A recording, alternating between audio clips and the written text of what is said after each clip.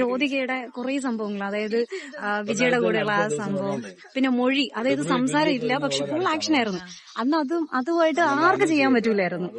പക്ഷെ അത്രയും ഒരു ടാലന്റ് ഉണ്ടായിട്ടും എന്തുകൊണ്ടാണ് സീരിയലിലോട്ട്, അമ്മയും സിനിമയിലോട്ട് എന്തുകൊണ്ട് അത് ഞാനങ്ങനെ കണ്ടിട്ടുണ്ട്, അത് എനിക്ക് താല്പര്യമില്ല എന്നുള്ളത്. പക്ഷെ എന്തുകൊണ്ടായിരിക്കും, എന്താണ് താല്പര്യമില്ലാത്ത?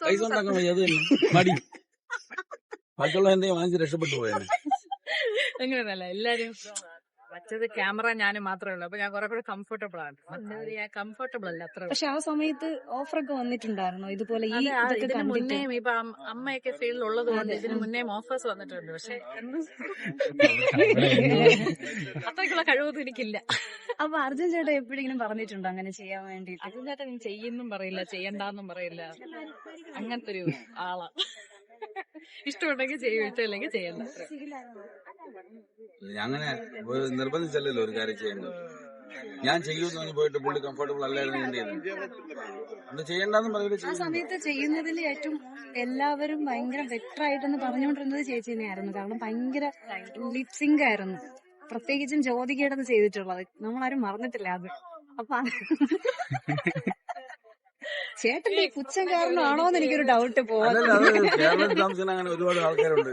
മലയാളികളുടെ വീഡിയോ ചെയ്ത് തമിഴിലുള്ള വീഡിയോ ചെയ്യുന്നത് ഒരിക്കലും സലീംകുമാറിന്റെ വീഡിയോസ് ആണ്. അതെ അതെ, നല്ല കോമഡി ഒക്കെ ചെയ്തിട്ടുണ്ട്. പക്ഷെ നമുക്ക് അത് നിക്കണെന്ന് വെച്ചാൽ ജ്യോതികയുടെ കറക്റ്റ് ആ ഭാവങ്ങളൊക്കെ അതുപോലെ കൊണ്ടുവന്നിട്ടുണ്ട്. ജ്യോതിക ഭാവങ്ങൾ ചെയ്തിട്ടുണ്ട്. ജ്യോതികയുടെ എക്സ്പ്രഷൻസ് ഒക്കെ കറക്റ്റ് അതുപോലെ കൊണ്ടുവന്നിട്ടുണ്ട്.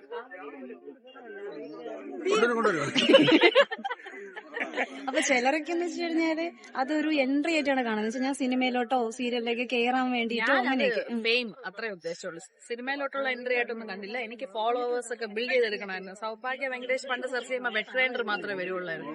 എനിക്ക് എന്റെ മുഖം ഒന്ന് വന്നാൽ കൊള്ളാമെന്നുണ്ടായിരുന്നു. അത് അച്ചീവ് ചെയ്തു, അത്രേ ഉള്ളൂ. സിനിമയിലൊന്നും കയറണം എന്നൊരാഗ്രഹമില്ല.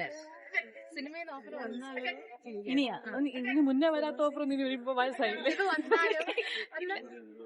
ഇനി ഇല്ലാന്ന് പറഞ്ഞിട്ട് ഞാൻ അഭിനയിക്കുമ്പോഴാണ് നമ്മള് കുത്തിപ്പോക്കി വീഡിയോ ഒന്നും പറയാൻ പറ്റില്ല. ഇപ്പൊ എല്ലാം ഇൻഫ്ലുവൻസേഴ്സ് സിനിമകൾ വരുന്നത്.